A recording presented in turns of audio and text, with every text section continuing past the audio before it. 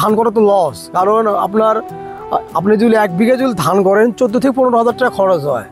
আমি হিসেব করে দেখছি যে 2 থেকে 3,000 টাকা লাভ হয়, তাতে তো সংসারের বেনিফিট আসে না। আর আমার সবজি করলে লাভ আছে, সবজিতে আমার মতে সবজিতে লাভজনক।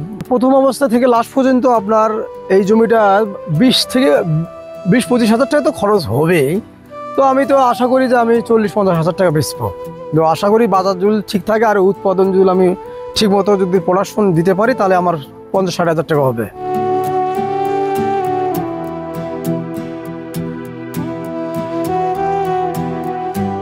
আমার নাম মোহাম্মদ রনি মিয়া। আমার গ্রাম দক্ষিণ ফুলিয়া, থানা জেলা উভয়ে গাইবান্ধা।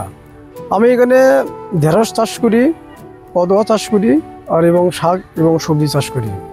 আমি এর আগে চাকরি করতাম, তো মানে সরকারি চাকরির পেছনে ছুটে চাকরি হয়নি। পরে আমি এনজিওতে ছিলাম, পরে ওখানে কিস্তি নিয়ে অনেক ঝামেলা ছিল, সেজন্য আমি বাদ দিয়ে এখানে নিজের জমিতে চাষ শুরু করি। আমি বিএ পর্যন্ত পড়েছি, আমার এক সাবজেক্টে ফেল হয়েছিল, বিএটা কমপ্লিট হয়নি এবং টাকা পয়সার জন্য মানে বিশ্ববিদ্যালয়তেও আর ভর্তি হতে পারিনি। বন্ধু বান্ধবের কাছ থেকে ঋণ মানে কিছু টাকা নিয়ে এটা মানে চাষবাস মানে আমি শুরু করি।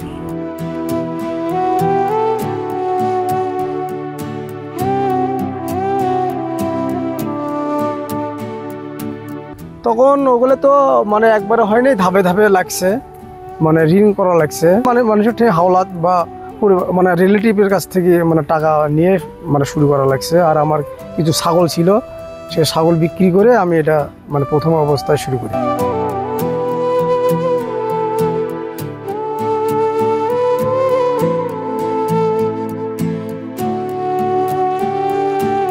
এগুলো পরে আমি তো 4-5 বছর থেকে করি, মানে একটার পর একটা চলতে আছে। মানে ঢেঁড়স শেষে বেগুন, বেগুন শেষে ঢেঁড়স, আবার ধনিয়া, আবার শাক, মানে একটার পর একটা চলতে আছে। তবে টার্গেট মনে করেন যে ধাপে ধাপে যে টার্গেট ফিল আপ করতে হবে, মানে কখন কোনটা আগুর আসবে বা বাজারে 2 টাকা বেশি পাওয়া যাবে।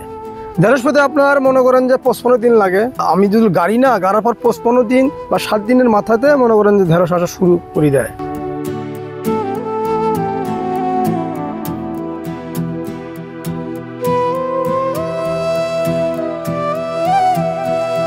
চৈত্র মাসের মনে করেন শুরুর দিকে মনে করেন যে এটা করা লাগবে, মানে রোপণ করা লাগে পুষের বা পুষ মাঘ মাসের মানে মাঝখানে মানে গাড়লে আপনার চৈত্রর আগে আগে নামবে বা পরে বা চৈত্র মাসের মধ্যে নামলেই তখন মনে করেন যে 300 টাকা ধরা বা 250 টাকা ধরা থাকেই, এটার কোনো মিস নাই। ঢেঁড়স এটা তো গ্রীষ্মকালীন সবজি না, তখন মনে করেন যে নামবে, তখন তো 2 টাকা বেশি মনে করেন যে বাজারে পাওয়া যাবে।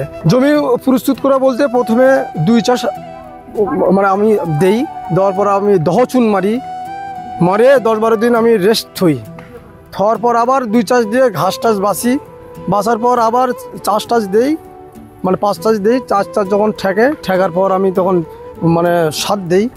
চুন দিলে আপনার জমিটা যে দূষণ যে থাকে বা এখানে তো পরিত্যক্ত বা বৃষ্টি বাদল হয় বা ময়লা আবর্জনা থাকে, তখন মাটিটা আপনার পচে যায়। আর চুনটা দিলে ওটা পরিষ্কার হয়, তখন মনে করেন যে সবজি বা যে কোনো ফসলে উন্নয়নটা ভালো হয়। বেশি কীটনাশক দেই না, বিঘায় অতিরিক্ত 3 কেজি দেই, মানে বিষ যেটা বলে, যেটা দানাদার কীটনাশক বলে ওটা দেই। আর সব সারে দেই, মানে সীমিত করে দেই। আবার কেঁচো সারও দেই আমি মাঝে মাঝে, মানে যখন চাষ দেই তখন দেই। আর কেঁচো সারটা দিলে জিনিসটা ভালো হয়। কেঁচো সারটাই সবচেয়ে বেস্ট, সারের উপরে মানে বেশি কার্যকর করে। আমি অলরেডি 1.5 মাস থেকে বাজার শুরু করে দিয়েছি। মানে আগে তো বাজার একটু কম ছিল, এখন তো বাজার এখন বেশি। এখন তো আপনার 180 টাকা ধরা বা 36 টাকা কেজি দরে আমরা এখন পাচ্ছি। কারণ এখন তো বৃষ্টির সিজন, এখন তো সবজি নষ্ট হয় বা পোকা লাগলে আমরা তো স্প্রে করার পাচ্ছি না, এবং সবজি এখন নষ্ট হয়ে যাচ্ছে। আমাদের তো এখন মানে সমস্যা দেখা গেছে।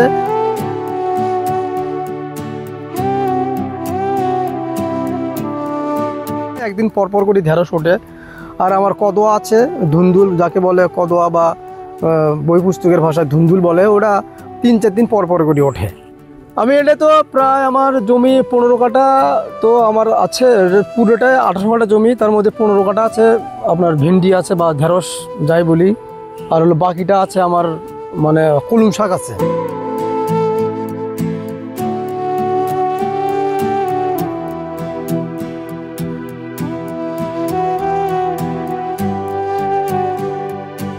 এখন বাজারে ঢেঁড়স মানে বাজারজাত বা গত যে পরশুদিন আমি বেচলাম 32 টাকা করে পাইছিলাম, মোট কথা 160 টাকা পাল্লা ছিল। আর কদোয়ার বাজার ছিল আপনার বা ধুন্দুল 120 টাকা থেকে 130 টাকা ধরা।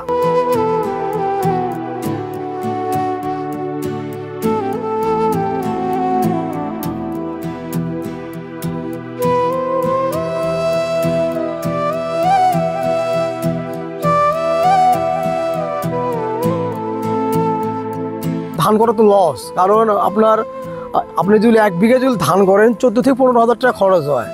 আমি হিসাব করে দেখছি যে 2 থেকে 3,000 টাকা লাভ হয়, তাতে তো সংসারের বেনিফিট আসে না। আর আমার সবজি করলে প্রচুর একটু প্রথম অবস্থা খরচ আছে, আর খরচ না করলে তো এই ব্যবসা হবে না।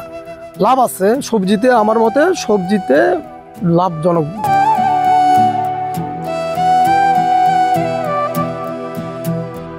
প্রথম অবস্থা থেকে লাস্ট পর্যন্ত আপনার এই জমিটা 20-25 হাজার টাকা তো খরচ হবেই। তো আমি তো আশা করি যে আমি 40-50 হাজার টাকা বেচবো। তো আশা করি বাজার যদি ঠিক থাকে আর উৎপাদন যদি আমি ঠিক মতো যদি প্রোডাকশন দিতে পারি তাহলে আমার 50-60 হাজার টাকা হবে। এখন তো আমরা তো বাজার মূল্য পাচ্ছি না। যারা মনে করেন যে আমাদের কাছ থেকে যারা পাইকারি নেয় এদের তো ভালো লাভ। এটা তো 50 টাকা 60 টাকা কেজি মনে করেন যে বাজার এখন ওরা বেচতেছে, আমরা বেচতেছি 30 টাকা 32 টাকা কেজি, ওরা বেচতেছে মনে করেন যে 50-60 টাকা কেজি। ধুন্দুলটা কেজি এখনকার বাজারে 26 টাকা কেজি বা 24 টাকা কেজি পাইকারি হয়, ওরা 40 টাকা কেজি বেচে।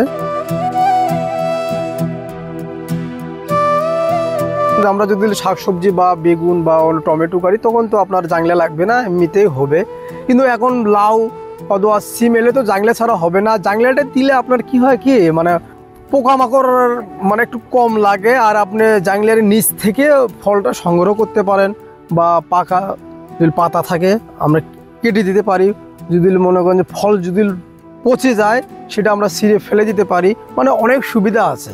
বা আমি মনে করেন যে উপরে জাংলা দেওয়া আছে, আমার নিচে আমি আর একটা ফসল ইচ্ছা করলে কাটতে পারবো।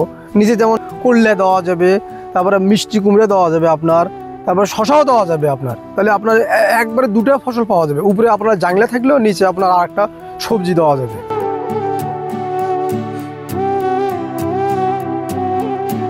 কৃষির উপরে আমি ছোট থেকে অনেক বিশ্বাসী বা অনেক পরিশ্রমী, বা আমি উদ্যুক্ত হয়েছি, এবং মানে কৃষিটাকে আমার খুব ভালো লাগে ছোটোবেলার থেকে। তো আমি সামনের দিকে যাতে আরও মানে জমিতে আরও চাষ করা যায় সে উদ্যোগে আমি করব। কিন্তু যদি মানে আর্থিক মানে সচ্ছল এখনো হই নেই, যদি ঋণ টিন পাওয়া যায় তো সেই দিকে আমি হলে আরও সামনের দিকে এগিয়ে যেতে পারবো। বড় মসজিদের ওখানে সংলগ্ন 0 পয়েন্টে ওখান থেকে মানে রিক্সা বা অটো চড়ে মানে ব্রিজে আসতে হবে, লচড়া ব্রিজ আসতে হবে। এখান থেকে 2 মিনিট আসলে আমার দেখা পারবে, মানে দক্ষিণ ফলিয়া বলবে যে দক্ষিণ ফলিয়া মানে যাব। আমার মোবাইল নাম্বারটা 01749964833।